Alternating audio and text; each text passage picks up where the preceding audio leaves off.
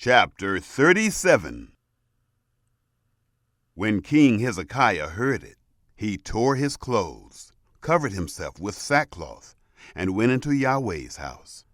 He sent Eliakim, who was over the household, and Shebna the scribe, and the elders of the priests, covered with sackcloth, to Isaiah the prophet, the son of Amos. They said to him, "Thus says Hezekiah, Today is a day of trouble, and of rebuke, and of rejection. For the children have come to the birth, and there is no strength to give birth. It may be Yahweh your God will hear the words of Rabshakeh, whom the king of Assyria, his master, has sent to defy the living God, and will rebuke the words which Yahweh your God has heard. Therefore, lift up your prayer for the remnant that is left." So the servants of King Hezekiah came to Isaiah. Isaiah said to them, "Tell your master, Yahweh says, don't be afraid of the words that you have heard, with which the servants of the king of Assyria have blasphemed me. Behold, I will put a spirit in him, and he will hear news, and will return to his own land. I will cause him to fall by the sword in his own land."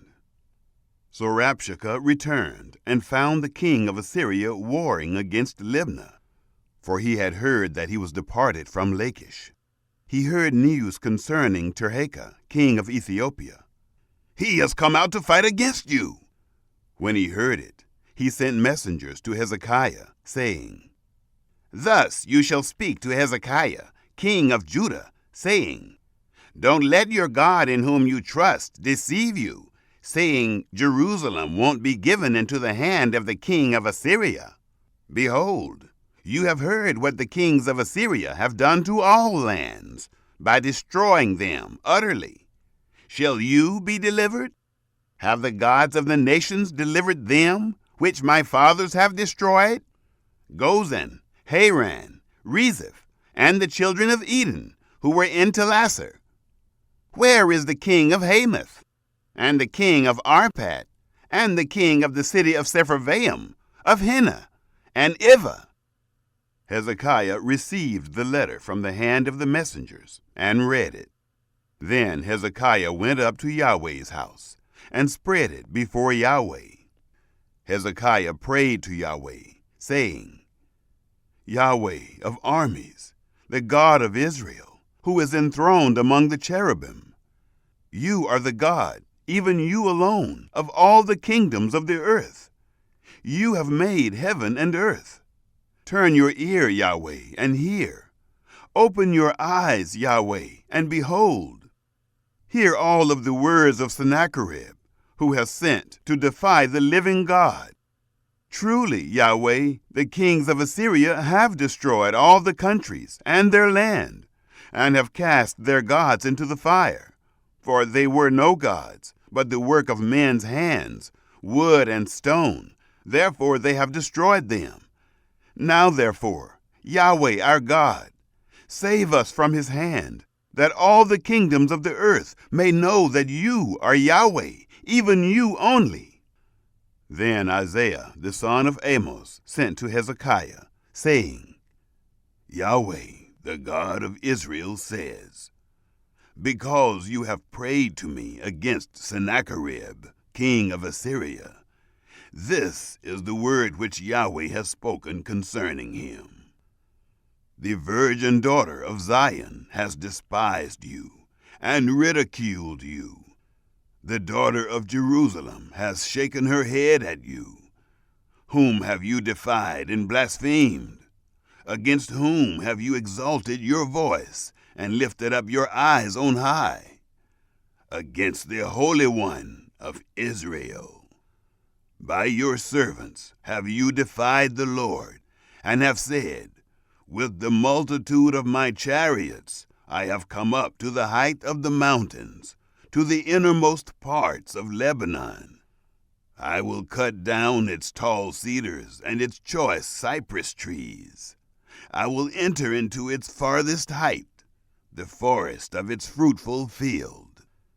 I have dug and drunk water, and with the sole of my feet I will dry up all the rivers of Egypt.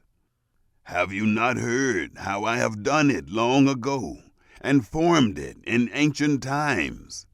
Now I have brought it to pass, that it should be yours to destroy fortified cities, turning them into ruinous heaps. Therefore their inhabitants had little power. They were dismayed and confounded.